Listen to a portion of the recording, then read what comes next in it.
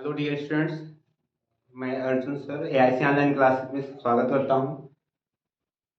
आप कैसे हैं? अच्छे होंगे। तो ये देखिए, हम लोग इसके पीछे हम जो वीडियो डाले थे उसमें वॉइस सही नहीं थी। उसकी वजह से देखिए उसी को हम फिर से सेट टू का जो क्वेश्चन नंबर 5 का था उसमें करेंगे। जो 5 का क्वेश्चन है, 5 के क्वेश्चन नंबर का जो है एक प्रत्यावर्ती धारा परिपथ में एकत्र एल धारता सी तथा ओमी प्रतिरोधार श्रेणी क्रम में जुड़े हैं। ठीक, परिपथ की प्रतिबाधा का व्यंजक प्राप्त किया। तो इस पे के लिए थोड़ा सी प्रतिबाधा निकालेंगे, लेकिन कभी कभी इसमें क्या है, शक्ति गुणांक भी पूछ लेता है, तो उसको भी हम लोग फाइंड कर लेंगे, प्रतिबाधा निकालेंगे। हमको क्या लिख चलना है, एल सी आर परिपथ। ठीक, प्रतिबाधा, इसके पीछे से क्वेश्चन प्रतिबाधा पूछा है, इतना निकालने के बाद एलसीआर परिपथ का श्रेणी नादी परिपथ पूछ लेता है, अनादि परिपथ, तो उसकी कंडीशन भी इसमें सीख लेंगे हम। और इसके साथ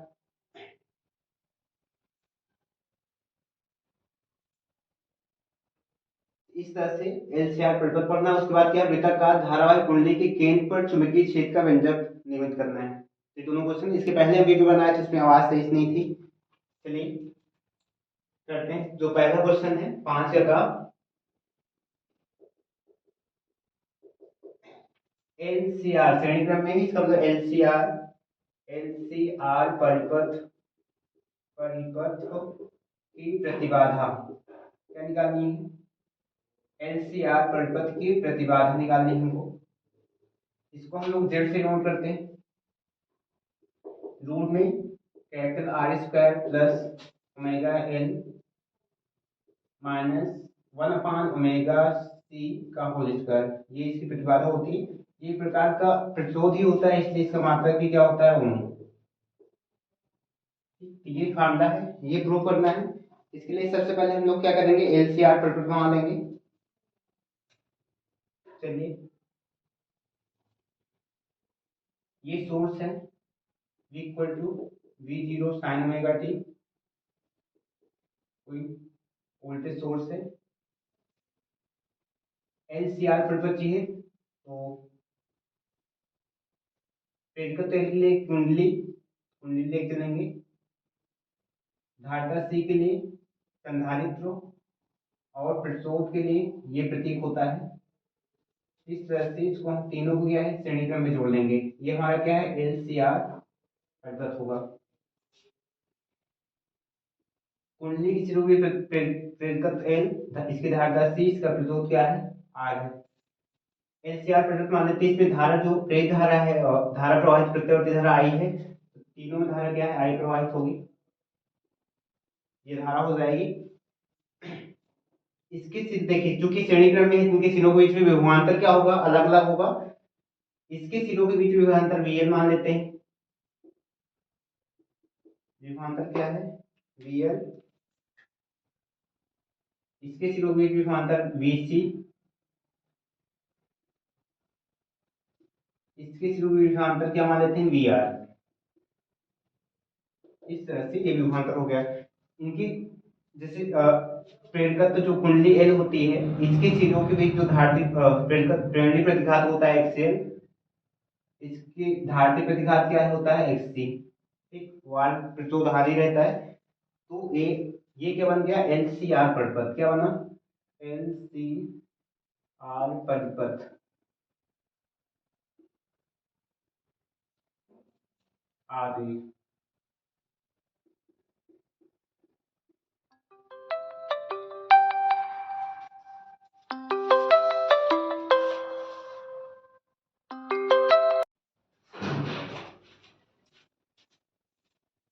चलिए देखते हैं, इसमें क्या है, एलसीआर परिपथ आरेख है, ये एलसीआर परिपथ आरेख है। अब हमको क्या निकालना है, इसकी प्रतिबाधा निकालनी है। तो इस जो एलसीआर परिपथ आरेख है, इसका क्या है, फेजर आरेख। ठीक, ये तो एलसीआर परिपथ हो गया। इसे हम लोग क्या खींचेंगे, फेजर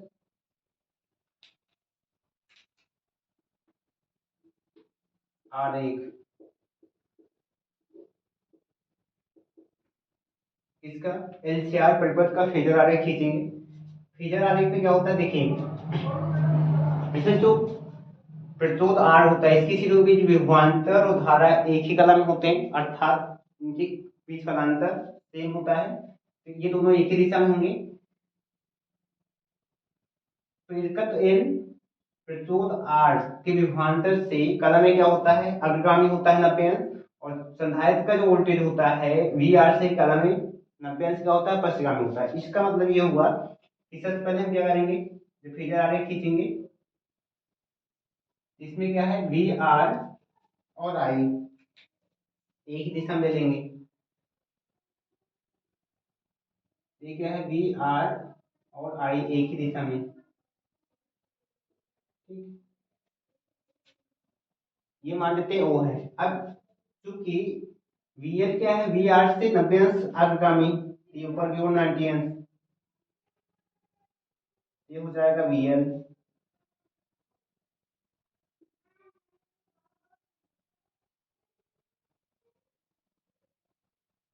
तथा वी जो सी है वो इससे पश्चिमगामी 90 अंश, तो पीछे की ओर 90 डिग्री आएंगे हम। अगर वीसी अधिक है वीएल, वीसी वीएल की अपेक्षा कम है, तो ये थोड़ी सी छोटी लाइन खींचेंगे, ये क्या हो जाएगा वीसी, ये क्या है वी आर है। एक सच मान लेते हैं वाई, ये क्या होगा वाई डैश मान लेते हैं, तो ये इस तरह खींच लेंगे। उसके पश्चात क्या करेंगे, देखिए वीएल और वीसी एक दूसरे के अपोजिट होते हैं, दोनों बीच में कालांतर 180 अंश का होता है। वीएल यदि क्या है वीएल अधिक है, वीएल अधिक है क्या है वीसी से, तो इसका मतलब वीएल से वीसी घटेगा, तो जो परिणामी आएगा वो क्या है वीएल की दिशा में होगा। देखिए वीएल से क्या घटा देते हैं वीसी घटाएंगे, तो परिणामी इसका परिणाम घटेगा, और ये यहाँ जो मिलेगा ये क्या हो जाएगा वीएल माइनस वीसी। इस तरह देखिए ये वी आर है, ये वी आर माइनस वीसी, इन दोनों परिणामी 90 अंश है, इनका विकर्ण प्रदर्शित करेगा। इस तरह से इसको हम इस तरह मिलाते हैं, और ये जो विकर्ण है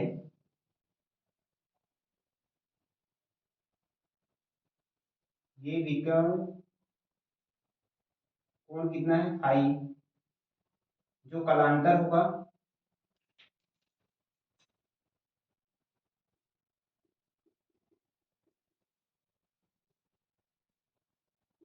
मान लेते हैं ये ओ है, इसको ए, इसको बी, इसको क्या मान लेते हैं डी, इस पॉइंट को हम क्या मान लेते हैं डी, ठीक। इस तरह से हमारे पास एक समकोण त्रिभुज बन जाएगा ओ डी बी। ये जो डायग्राम बना है क्या है फिगर आरेख, फिगर आरेख बनाते समय वी आर और आई की वही डायरेक्शन दिखाएंगे। वी आर से वी एल का 90 अंश अग्रगामी ऊपर की ओर, और वी आर से वी सी 90 अंश पश्चिमगामी नीचे की ओर दिखाएंगे। ये दोनों अपोजिट होंगे, तो जो अधिक होगा उसमें से क्या है कम वाले घटाएंगे। वी एल अधिक माने हम वी सी से, वी एल से वी सी घटाएंगे, इसलिए देखिए वी एल के एरो ज्यादा दिखाएं, इस एरो को कम दिखाएं। उसके बाद इसमें से इसको जब घटाएंगे, ये घट के इतना घट जाएगा, तो ये नीचे इतना बचेगा, और इसकी direction V L minus V C direction क्या है वी एल के अंदिश होगी। V L minus V C और वी आर को ये जो परिणामी प्रदर्शित करेगा उसको क्या मानेंगे वी, और ये क्या है ओ बी, ठीक। अब आते हैं प्रतिबाधा हमको चाहिए, तो उसके लिए समकोण त्रिभुज ओ डी बी में, समकोण त्रिभुज ओ डी बी में, इसमें जैसे आएंगे देखिए कर्ण का स्क्वायर वीबी, ओबी का स्क्वायर, और ओबी को क्या माने बी स्क्वायर, कर्ण का स्क्वायर इक्वल टू आधार का स्क्वायर, तो आधार क्या है हमारा वी आर है, वी आर का स्क्वायर इक्वल लंब, तो फाई के सामने भुजा क्या है डी बी, और डी बी ये जो है ये किसको प्रदर्शित करे किसके समांतर है V L minus V C के, तो ये क्या होगा वी एल माइनस वी सी, लंब क्या हो जाएगा वी एल माइनस वी सी का होल स्क्वायर। तो यहाँ कौन सी प्रमेय लगी पाइथागोरस प्रमेय से, पाइथागोरस प्रमेय से। अब देखिए इसमें v निकालना है हमको, यहाँ देखिए वी आर क्योंकि वी आर इक्वल टू क्या होता है, ओम के नियम से वी इक्वल टू क्या होता है, I R. V R equal to क्या हो जाएगा, आई इसका प्रतिरोध वी एन हमारे पास है। एक तरह से विभवांतर का फार्मूला मिल जाएगा। अगर आपको विभवांतर वी एन वी सी के पद में पूछेगा तो ये निकल के आएगा। लेकिन हमको क्या प्रतिबाधा निकालनी है, तो वी आर वहां रखेंगे। V R equal to I R होता है, V L I X L होता है, और क्या निकालना है, वी सी आई एक्स सी। इन तीनों मान को यहाँ रखेंगे तो वी इक्वल टू रूट में I square R square plus V L के स्थान पे I X L minus V C के स्थान पे आई एक्स सी का होल स्क्वायर हो जाएगा। ये देखिए, इसमें से देखिए ध्यान से, यहाँ स्क्वायर पहले से तो बाहर कर सकते हैं, लेकिन यहाँ देखिए वर्ग है, इसमें से आई कॉमन है, बाहर करेंगे तो आई स्क्वायर बाहर होगा, इसका मतलब आई स्क्वायर पूरे से बाहर आ जाएगा। आर स्क्वायर प्लस यहाँ क्या है, X L minus X C का होल स्क्वायर, आई स्क्वायर बाहर आएगा, आई रूट में R square plus X L minus X C का होल स्क्वायर। आई इधर आ जाएगा, वी अपान क्या मिल जाएगा, आई इक्वल टू रूट में R square plus X L minus X C का होल स्क्वायर। ठीक, क्योंकि प्रतिबाधा भी एक, प्रतिबाधा जो है किसी भी एलसीआर परिपथ की प्रतिबाधा जो होती है जेड, ये भी एक प्रतिरोधी होता है, ये कुल विभवांतर और कुल धारा के अनुपात के बराबर। तो एलसीआर के परिवेश से टोटल विभवांतर लोग क्या है, विमान है। और इस स्थिति में वी अपान आई क्या है, इसकी प्रतिबाधा होगी, यहाँ रख देंगे। तो प्रतिबाधा जेड इक्वल टू रूट में R square plus X L minus X C का होल स्क्वायर मिल जाएगा। ये सूत्र तो ये मिल जाएगा, एक्स एल एक्स सी के पद में आर के पद में। लेकिन हमारे पास क्योंकि एक्सेल जो होता है वो बराबर होता है ओमेगा एल के, और एक्ससी जो होता है बराबर होता है 1/5 ओमेगा सी के। इस तरह से अगर हम यहाँ रख देंगे तो z इक्वल टू मिल जाएगा रूट में R square plus omega L minus 1/5 omega C का होल स्क्वायर। ये सूत्र मिल जाएगा। ठीक, यही हमको क्या करना था, प्रूफ करना था। देखिए z equal to R square root में प्लस ब्रैकेट में omega L minus 1/5 omega C का होल स्क्वायर, जो कि ओम में आएगा। ठीक, ये हो गया प्रतिबाधा एलसीआर परिपथ की। ये तो इसमें इतना ही क्वेश्चन करना है, इसमें आपको सिर्फ इतना परिपथ बनाना था, बनाने के बाद आपको ये प्रूफ करना था। ये क्वेश्चन 3 नंबर का था। कितने नंबर का, 3। इसमें तो इतना ही करना था। लेकिन इसी क्वेश्चन में आपसे एलसीआर परिपथ का कलांतर पूछ सकता है।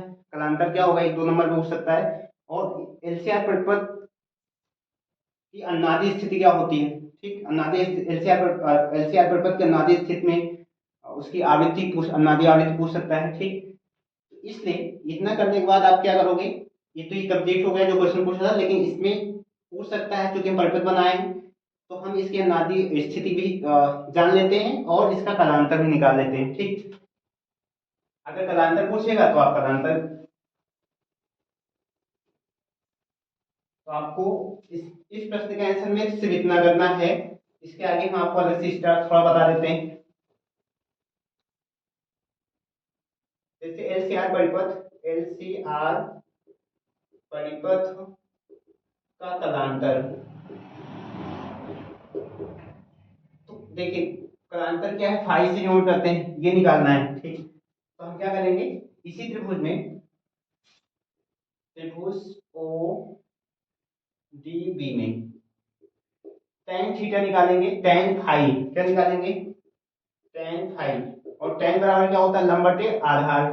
फाई के सामने भुजा देखिए लंब BD है,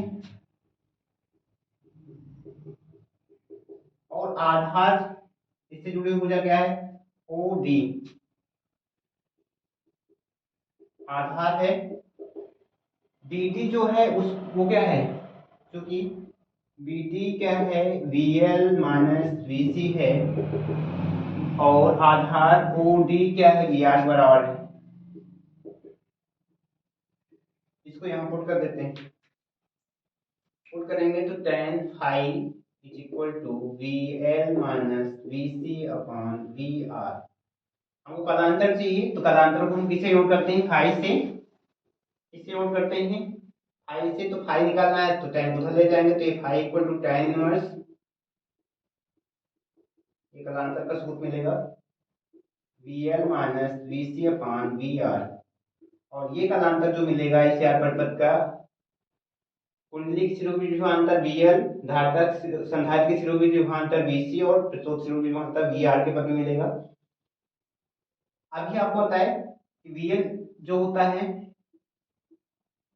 बराबर होता है IXL के, VC बराबर होता है IXC के, और VR बराबर होता है IR के। अगर इसको हम रख देंगे तो 5 को मिल जाएगा tan inverse IXL minus IXC अपान VR, सॉरी R के स्थान पे IR। और ध्यान दें कि ऊपर I कॉमन हो जाएगा, I बाहर होगा, यहाँ I से I क्या हो जाएगा, कैंसिल हो जाएगा। सिर्फ क्या बचेगा, XL minus XC upon R। I को बाहर करेंगे तो I से I क्या होगा, कट जाएगा। XL माइनस XC ऊपर बचेगा और नीचे क्या बचेगा, R। तो ये भी एक कलांतर फार्मूला, XCL प्रेरण प्रतिघात x माइनस XC धारती प्रतिघात अपान प्रस्तोधार के पद में मिल जाएगा। इसी तरह से आपको अभी हम पीछे पढ़ाए थे कि एक्सेल, क्योंकि जो एक्सेल होता है ओमेगा एल के बराबर होता है, और XC बराबर होता है ओमेगा 1/ओमेगा C के। तो इन दोनों मान को अगर रख देंगे तो ओमेगा एल और C के पद में हमको कलांतर मिल जाएगा tan inverse omega L minus 1/ओमेगा C बटे R। एक ये भी फार्मूला मिलेगा। इस तरह से अगर ध्यान से देखेंगे तो जो कलांतर है उसका एक फार्मूला विभवांतर के पदों में, दूसरा फार्मूला क्या है, प्रेरण प्रतिघात XL धारती प्रतिघात XC और प्रस्तोत के पदों में, तीसरा फार्मूला प्रेरकत्व L संधारित्र की धारिता C प्रचोद R के पद में। तो कलांतर कितने फार्मूले, 3 ये फार्मूले मिलते हैं। कभी भी आप क्वेश्चन में आपसे पूछ सकते हैं अलग अलग स्टेप में। तो ये क्या निकल आया, LCR परिपथ का कलांतर फाई के मान निकल आया। ठीक, क्योंकि कोण है इसका कोई मात्रा नहीं है, अंश होता है। ठीक, या रेडियन लिखेंगे। चलिए इसी में एलसीआर परिपथ का एक क्वेश्चन जो ज्यादा से ज्यादा पूछता है, श्रेणी और नानी परिपथ।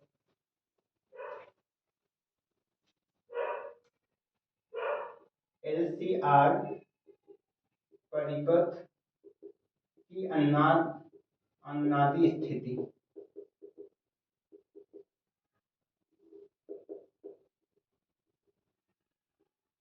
क्या पूछ लेता है, ज्यादा इंपॉर्टेंट है एलसीआर परिपथ की अनादि स्थिति।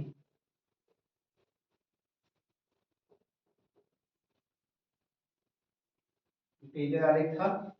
देखिए कोई भी एलसीआर परिपथ अनादि स्थिति में कब होता है ये समझना है।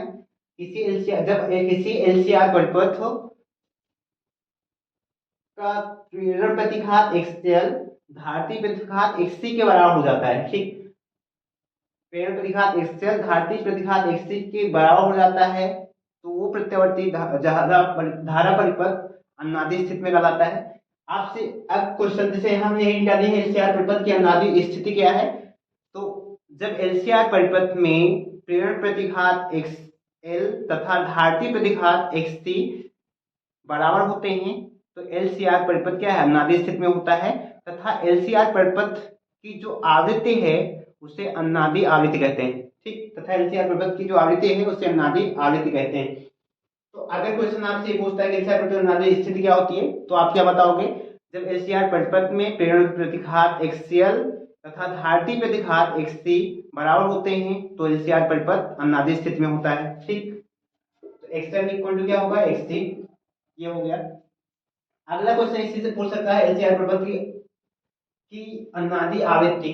क्या पूछ सकता है, एलसीआर परिपथ की अनादि आवृत्ति क्या है, ठीक, डिफाइन करिए। इसको एफ से जोड़ करते हैं तो आप क्या कहोगे, एलसीआर परिपथ के अनाद की स्थिति में, या फिर ये कहोगे जब एलसीआर परिपथ में प्रेरण प्रतिघात एक्सएल तथा धारती प्रतिघात एक्ससी बराबर होते हैं, तब एलसीआर परिपथ की आवृत्ति अनादि आवृत्ति कहलाती है। ठीक, क्या कहोगे, जब एलसीआर परिपथ में प्रेरण प्रतिघात एक्सएल धारती प्रतिघात एक्ससी के बराबर होता है तो परिपथ की आवृत्ति क्या कहलाती है, एलसी, परिपथ की आवृत्ति अनादि आवृत्ति स्मॉल एफ कहलाती है। ठीक, और अनादि आवृत्ति देखिए क्या होती है,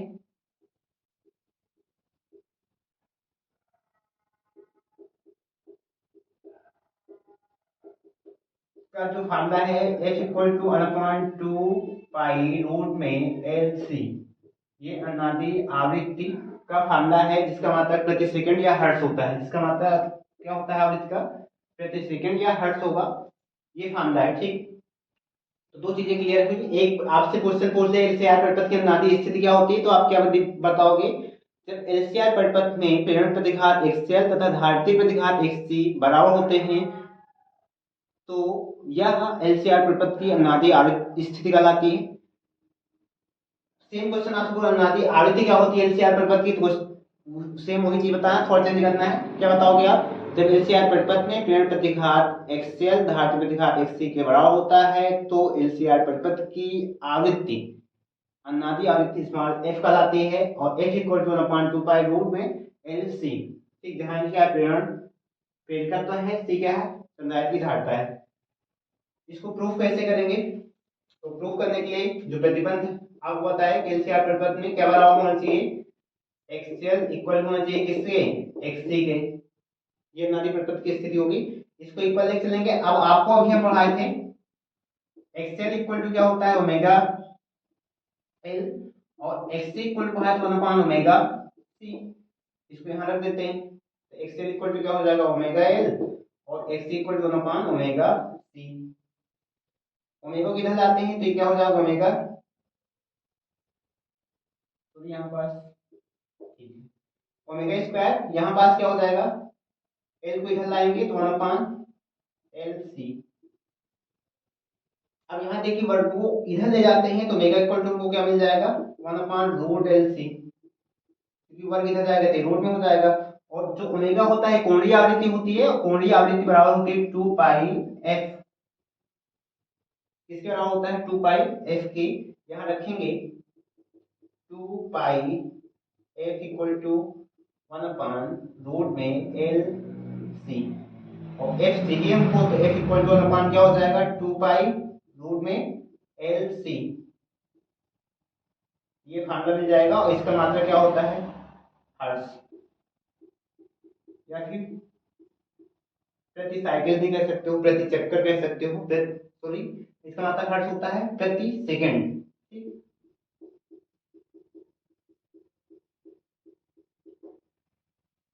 इस तरह से इसको हम प्रूव कर लेंगे, कुछ करना नहीं है। इसकी स्थिति क्या है, प्रेरण प्रतिघात एक्सएल को धारती पर एक्ससी के बराबर ले चलेंगे, ये अनाद की स्थिति होती है एलसीआर परिपथ की, और फिर XL equal to omega L put करेंगे, XC equal to 1 omega C, omega को इधर लाएंगे ओमेगा स्क्वायर, इधर आएगा 1 एलसी हो जाएगा, वर्ग को इधर ले जाएंगे रूट में हो जाएगा, क्योंकि omega equal to 2 pi F equal होता है, यहाँ रखेंगे F equal to 1/2 pi root में एलसी। ये इस तरह से इस क्वेश्चन से रिलेटेड ये जो फार्मूले होंगे ये आप निकाल सकते हो। चलिए क्लियर करते हैं। तो इस तरह से आपसे प्रतिबाधा पूछ सकता है एलसीआर परिपथ की, एलसीआर परिपथ कालांतर के लिए फार्मूला पूछ सकता है, एलसीआर परिपथ की अनादि स्थिति पूछ सकता है आपसे, एलसीआर परिपथ की अनादि आवृत्ति क्या होती है उसका फार्मूला ये है, ये पूछेगा, और इस तरह से इसको हम प्रूव कर सकते हैं। तो कह देता है कि एलसीआर परिपथ की अनादि आवृत्ति ज्ञात कीजिए।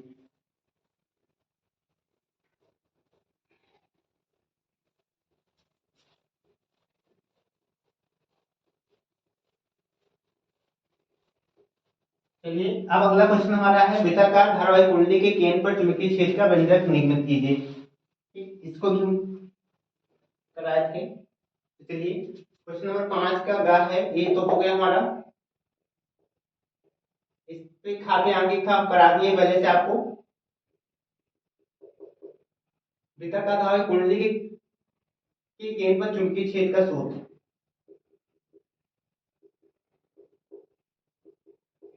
धारावाही कुंडली के केंद्र पर चुंबकीय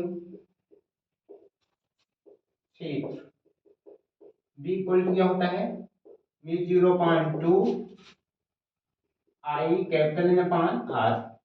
ये फॉर्मूला है जहां n फेरों की संख्या है और आई क्या है, धारा है, आर क्या है, वृत्ताकार कुंडली की त्रिज्या है, म्यू क्या है, निर्वात में चुंबकशीलता है, ठीक, म्यू 0। ये फॉर्मूला होता है चुंबकीय क्षेत्र जिसका मतलब क्या होता है, टेस्ला या वेबर प्रति मीटर स्क्वायर। चलिए हम लोग क्या करते हैं, वृत्ताकार कुंडली देते हैं। मान लेते हैं ये धारावाही, एक धारावाही वृत्ताकार कुंडली है जिसका केंद्र क्या है, वो इस पे चुंबकीय क्षेत्र निकालना है। इसके केंद्र से होकर गुजरने वाली ये जो रेखा है इसकी क्या होगी, अक्ष होगी। ये इसकी क्या है, अक्ष। जिसे केंद्र पे पूछा उसी तरह से यहाँ पास आपसे क्वेश्चन कर सकता है अक्ष पर, अक्ष पे भी कर सकता है। तो यही जो डेरिवेशन हम कराएंगे वही अक्ष के लिए भी होगा, क्योंकि अक्ष पे निकालने के बाद ही केंद्र पे हम जाएंगे। इसलिए चाहे वृत्ताकार धारा कुंडली की अक्ष पे पूछे तब भी यही नियमन आपको करना है, केंद्र पे पूछेगा फिर भी यही करना है। पहले अक्ष पे एक बिंदु लेते हैं P,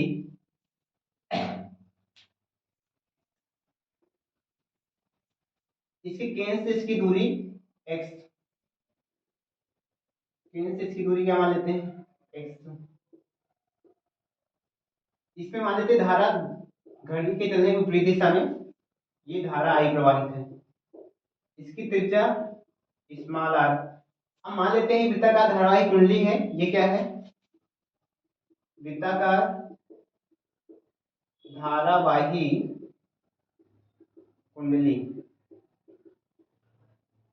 इसका एक छोटा से भाग अवयवखंड क्या मानते हैं, ए। ये छोटा से इसका अवयवखंड लेते हैं। इसके कारण पी पे चुंबकीय क्षेत्र निकालते हैं, ठीक। इस कुंडली का पी पे चुंबकीय क्षेत्र मान लेते हैं डेल्टा बी है।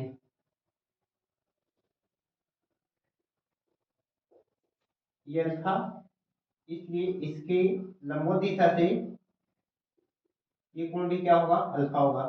उसी तरह से देखिए इसके आधे भाग के कारण चुंबकीय क्षेत्र, उसी तरह से यहाँ भी एक छोटा अवयव हो सकता है ए डैश, इसके कारण भी यहाँ पास चुंबकीय क्षेत्र निकालेंगे। तो डेल्टा बी डैश इस डायरेक्शन में, ये बिंदु क्या है, पी है, और इधर की ओर ये कोण भी क्या होगा, अल्फा होगा, ठीक। इसकी त्रिज्या आर है, यहां से ए और टी के बीच की दूरी स्मॉल ए मान लेते हैं। क्या मान लेते हैं, स्मॉल ए। ये दूरी क्या है, हम लोगों ने मानी है एक्स मानी है, ठीक। तो ये वृत्ताकार धारावाही कुंडली है और ये इसका डायग्राम है। अब हमको देखिए समझना क्या है, दक्षिणावर्ती पेज के नियम के अनुसार ये चुंबकीय क्षेत्र जो ये अवयवखंड के कारण चुंबकीय क्षेत्र डेल्टा बी है, चुंबकीय क्षेत्र, इसकी डायरेक्शन समझनी है, ठीक। तो इसकी डायरेक्शन यहाँ थीटा एंगल मानेंगे। तो दक्षिणावर्ती पेज का नियम क्या होता है, जब हम किसी पेचकस को जैसे इस तरह पेचकस को दाएं हाथ से पकड़ लेते हैं, मान लीजिए पेचकस है और किसी पेच को कसते हैं तो उसको घड़ी की दिशा में घुमाते हैं। अगर इस नोक की तरफ धारा की दिशा है तो जिस तरफ घुमाएंगे उस तरफ क्या चुंबकीय क्षेत्र की दिशा होगी। अर्थात अगर हम ऐसे मान पकड़े धारा की दिशा इस दिशा में होगी तो फिर चुंबकीय क्षेत्र क्या होगा, इस साइड में। लेकिन यहाँ पर देखिए इस पॉइंट पे अगर हम देखेंगे तो ये जो धारा प्रवाहित है इसकी दिशा देखिए जैसे जैसे वृत्ताकार मार्ग पे इस धारा विद्युत बदलेगी, लेकिन इस पॉइंट पे इसकी धारा की दिशा क्या होगी, ये होगी इस साइड में। इस तरह से देखिए अगर हम इस पे ऐसे मार्कर को रखें और पेचकस को ऐसे पकड़ें तो धारा की दिशा तो इस साइड में है, तो चुंबकीय पीछे अगर घड़ी दिशा में घुमाएंगे तो अंगूठा हमारा क्या है, बोर्ड के पीछे की तल की ओर घूम रहा है। अर्थात इस पॉइंट के कारण चुंबकीय क्षेत्र होगा, यहाँ जो धारा होगी उसी कारण चुंबकीय क्षेत्र की दिशा क्या होगी, बोर्ड के तल के पीछे की ओर, दीवार के पीछे की ओर होगी। इसलिए यहाँ जो थीटा का मान होगा लगभग क्या होगा 90 डिग्री लेके चलेंगे हम लोग। ठीक, कितना लेके चलेंगे 90। और ये जो आपको दिख रहा है इस तरह से, ये इस साइड में नहीं है बल्कि बोर्ड के तल के क्या है पीछे की ओर 90 अंश कोण पे होगा। ठीक, डेल्टा बी ये और ये भी। ठीक, डेल्टा बी वेक्टर जो है चुंबकीय क्षेत्र इस तरह देखिए इनके दो घटक, अगर ये कोण अल्फा ये अल्फा होगा, अल्फा की स्थिति में अगर ध्यान से देखेंगे तो अल्फा ये क्या है कर्ण का कार्य करेगा, और अल्फा के सामने भुजा ये क्या है किसका कार्य करेगी लंब का, ये लंब का, और ये कर्ण का क्योंकि यहाँ 90 डिग्री कोण बनेगा तो ये कर्ण हुआ, और फिर ये आधार। इस स्थिति में अगर हम इसके दो घटक निकालेंगे तो ये क्षैतिज घटक का कार्य करेगा, जो आधार हमेशा किस घटक का कार्य करता है क्षैतिज घटक, और क्षैतिज घटक के साथ हमेशा क्या है जो कर्ण होता है उसके साथ काश और कोण लेके चलते हैं। तो ये वाला जो घटक हो जाएगा वो डेल्टा बी काश अल्फा। ठीक, क्या हो जाएगा डेल्टा बी काश अल्फा क्षैतिज घटक। अब देखिए इसका ऊर्ध्व घटक ये होगा, मतलब अल्फा इसके है, इसके समांतर ये लाइन है, ऊर्ध्व घटक क्या हो जाएगा डेल्टा बी साइन अल्फा। ठीक, उसी तरह से इसका भी निकालेंगे, जैसे ये इसका लंब है तो इसके अल्फा सामने इधर लंब होगा इसका, और ये इससे जुड़ी हुई वजह क्या होगी आधार होगी, तो इसका क्षैतिज घटक क्या हो जाएगा डेल्टा बी काश अल्फा इसका भी, और इसका ऊर्ध्व घटक इसी साइड में क्योंकि इधर ये लंब होगा। ठीक, इस तरह से इसके दो घटक डेल्टा बी के दो घटक क्षैतिज घटक डेल्टा बी काश अल्फा, और इसका क्षैतिज डेल्टा बी काश अल्फा नीचे की ओर, और दोनों के ऊर्ध्व घटक होंगे इसी के समांतर इस साइड में। ठीक, अब देखिए यहां समझना है हमको,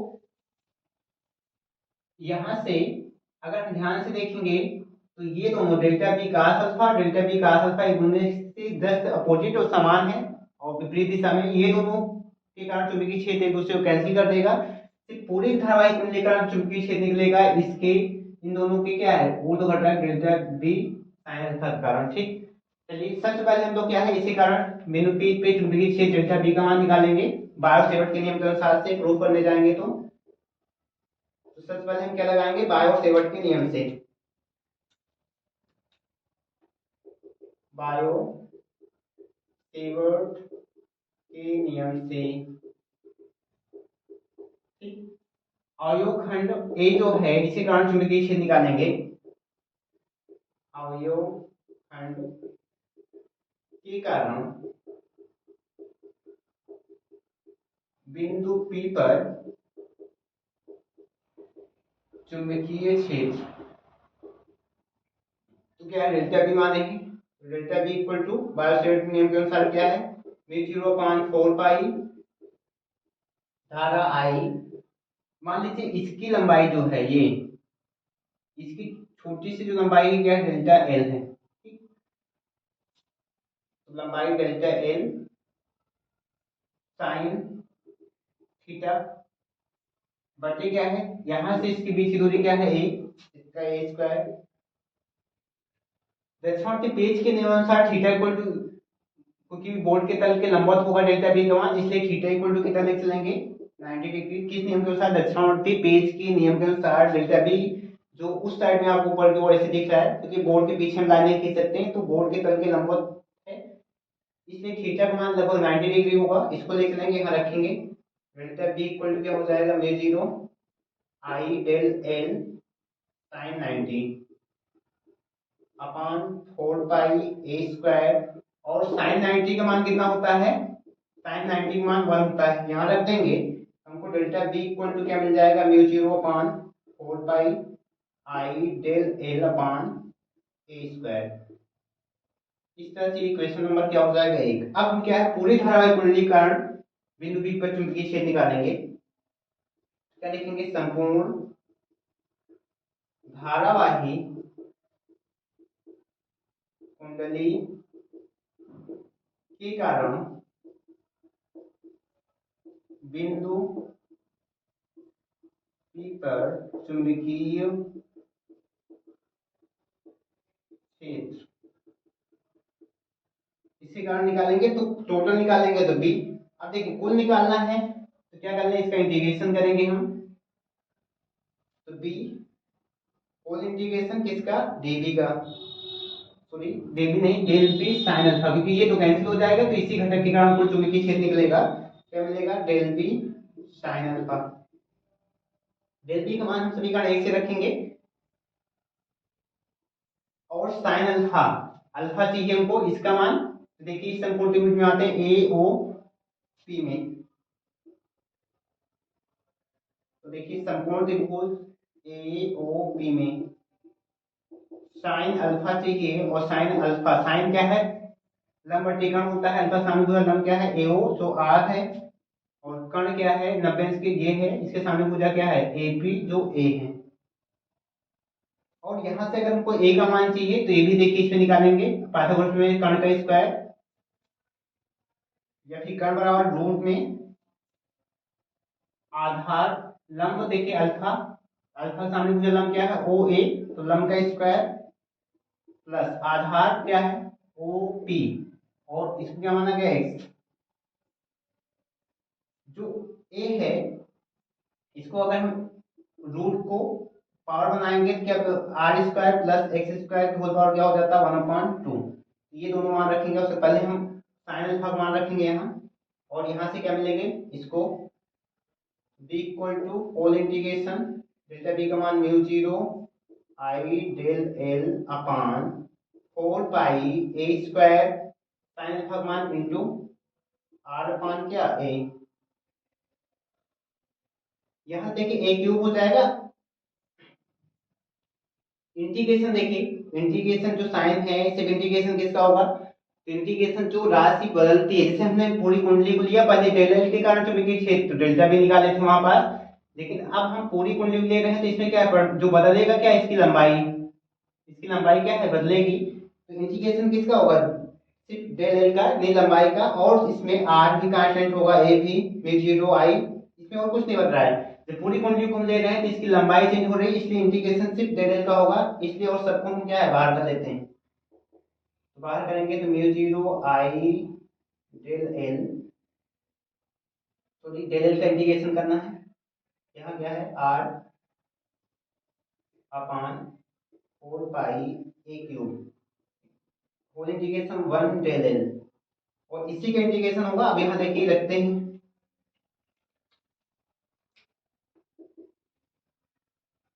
किसी भी एक 1 डीएल या 1 डीएक्स का इंटीग्रेशन एक्स होता है, इंटीग्रेशन करेंगे तो 1 डीएल का क्या हो जाएगा एल होगा, और एल है क्या, क्योंकि पूरी वृत्ताकार कुंडली ले रहे हैं तो वृत्ताकार कुंडली की लंबाई, टोटल लंबाई क्या उसकी परिधि होती है, और किसी वृत्त की परिधि क्या होती है 2 पाई आर होती है, इसको यहाँ रख देंगे, और यहाँ से ए का मान क्या है R square plus X square whole power 1/2 है, तो इसको भी पुट कर देंगे, तो बी इक्वल टू मिल जाएगा म्यू जीरो आई आर, इसके स्थान पे 2 पाई आर अपान 4 पाई, नीचे ए के स्थान पे क्या है R square plus X square की होल पावर 1/2 है यहाँ से, और 3 पहले से था, तो होल पावर क्या हो जाएगा 3/2, अगर हम यहाँ ध्यान से देखेंगे तो पाई से क्या है पाई कट जाएगा, 2 से 4 कटेगा 2 बचेगा, इस तरह से हमको जो चुंबकीय क्षेत्र डी का मान मिलेगा वो मिल जाएगा म्यू जीरो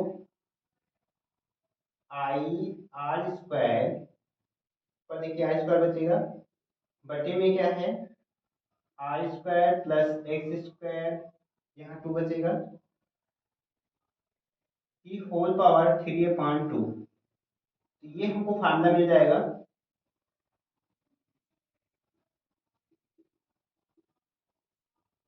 ये फार्मूला तब मिलेगा जब कुंडली के अक्ष पर बिंदु P पर चुंबकीय क्षेत्र कहता, अक्ष पे चुंबकीय क्षेत्र कहा होता, तो यहीं तक करके हम इसको छोड़ देते, और यही हमारा क्या होता है फार्मूला होता है, ये किस पे निकल गया था अक्ष पर, जब क्वेश्चन में क्या पूछा होता है कुंडली के अक्ष पर चुंबकीय क्षेत्र का सूत्र निकल कीजिए, तब ये निकल गया था। अब इसी से एक स्टेप और आगे जाते हैं, हमको कहाँ निकालना है कुंडली के केंद्र पर,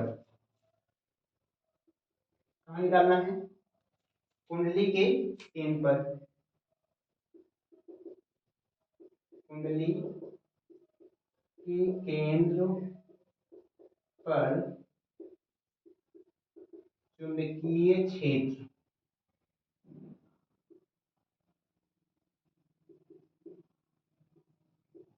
क्षेत्र के लिए, तो जैसे हम इस पे जाएंगे, इसके लिए x इक्वल टू, ध्यान से देखिए p कहाँ आएगा, केंद्र O पे, तो p अगर O पे आएगा तो क्या जीरो हो जाएगा, x जीरो हो जाएगा। यदि p को पे लाएंगे तो x इक्वल टू क्या हो जाएगा, जीरो। और जैसे x इक्वल टू जीरो होगा तो यहाँ पुट कर देंगे हम, तो b इक्वल टू हमको क्या मिल जाएगा, mu zero I R square upon to, यहाँ पास रखेंगे तो आर स्क्वायर प्लस एक्स स्थान पे क्या रखेंगे, जीरो, तो जीरो का स्क्वायर हो जाएगा, four power three upon to. और ध्यान से देखेंगे तो यहाँ से ये जीरो जैसे हटेगा तो यहाँ R square four power three upon two, two से टू क्या होगा, कैंसिल हो जाएगा, तो आर पावर क्या बचेगा, थ्री, मिल जाएगा mu zero I R square upon two R power three. यहाँ पावर टू है, यहाँ पावर थ्री है, इसको हटाएंगे तो इसकी पावर कितनी, दो कम हो जाएगी। अगर नीचे लाएंगे तो तीन से दो घटेगा, एक बचेगा। इसका मतलब हमको बी इक्वल टू क्या मिल जाएगा, म्यू जीरो आई, ऊपर से ये हट जाएगा, नीचे इसकी पावर बचेगा टू इंटू आर। ये फार्मूला मिल गया। इसी धारावाहिक कुंडली के केंद्र पर चुंबकीय क्षेत्र का, जब उसमें एक ही फेरा होगा, यदि मान लेते हैं कुंडली में फेरों की संख्या कितनी है, कैपिटल एन है, क्या मान लेते हैं, इसको मिटा देते हैं हम।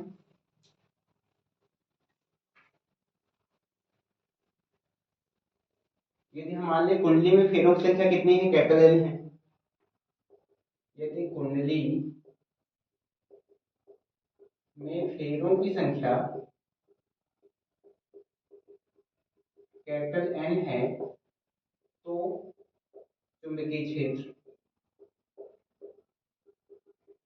तो बी इक्वल टू कितना हमको प्रूफ हो जाएगा, एक फेरा है तो इतना निकल के आया, लेकिन फेरों की संख्या एन होगी तो यहाँ कितने से गुणा कर देंगे, वन से गुणा कर देंगे। एक फेरे के कारण चुंबकीय क्षेत्र इतना निकल के आ रहा है। अगर एन फेरे हो, अर्थात पांच फेरे हो, 10 फेरे, जितने फेरे होंगे उतने से इसको क्या कर देंगे, गुणा कर देंगे, तो फेरों के पद में चुंबकीय क्षेत्र निकल आएगा। तो ये इसका निबंध पहले बायो-सेवर्ट नियम से हम क्या करेंगे, डेल बी का मान निकाल लेंगे इसी अवयव खंड के कारण। फिर उसके बाद क्या करेंगे, क्योंकि दशमलव के पेज का नियम लगाएंगे तो थीटा का मान लगभग यहाँ 90 होगा, यहाँ 90 रखेंगे, साइन 90 मान 1 होता है, हमको समीकरण 1 मिल जाएगा। उसके बाद हम क्या करेंगे, संपूर्ण धारावाहिक कुंडली लेंगे, जिसमें देखिए इसके क्षैतिज घटक कैंसिल होंगे, सिर्फ पूर्ण घटक डेल बी साइन अल्फा बचेगा, इसी का हम होल इंटीग्रेशन करेंगे, पूरी कुंडली का अंदर चुंबकीय क्षेत्र निकालेंगे, डेल बी का मान यहाँ रखेंगे, साइन अल्फा इस त्रिभुज से आर अपॉन ए का मान हम निकाल लेंगे, तो रूट में ब्रैकेट में X R square plus X square होगा अपॉन टू आ जाएगा। पहले आर अपॉन ए रख लेंगे हम। अपन ने कहा सिर्फ इंटीग्रेशन हमेशा किसका होता है, जो परिवर्तनशील हो, इसमें बदल कौन रहा है, डेल एल का मान पूरी कुंडली लेने पर, इसलिए डेल एल का इंटीग्रेशन होगा और सब कांस्टेंट वैल्यू।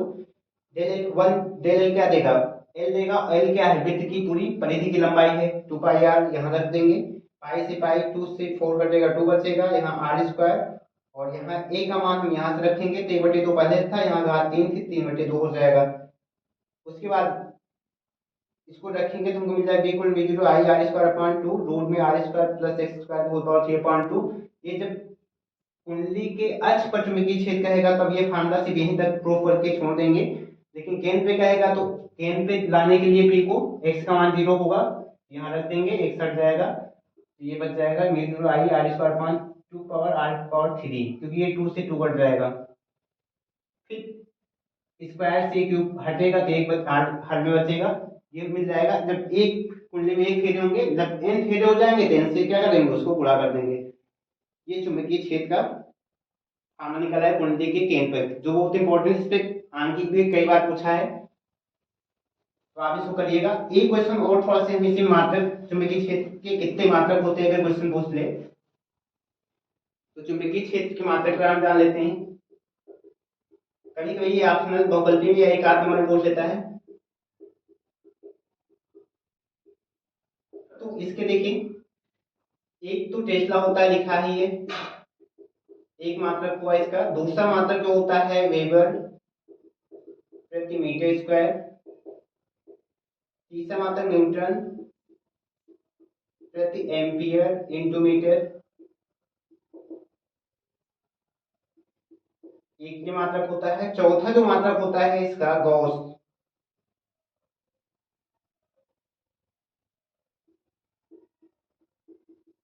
चुंबकीय क्षेत्र का मात्रक क्या होता है, गॉस। अब देखिए ये तीनों तो सेम होते हैं, जैसे एक टेस्ला एक वेबर प्रति मीटर स्क्वायर के, या फिर एक टेस्ला एक न्यूटन प्रति एम्पीयर इंटू मीटर के।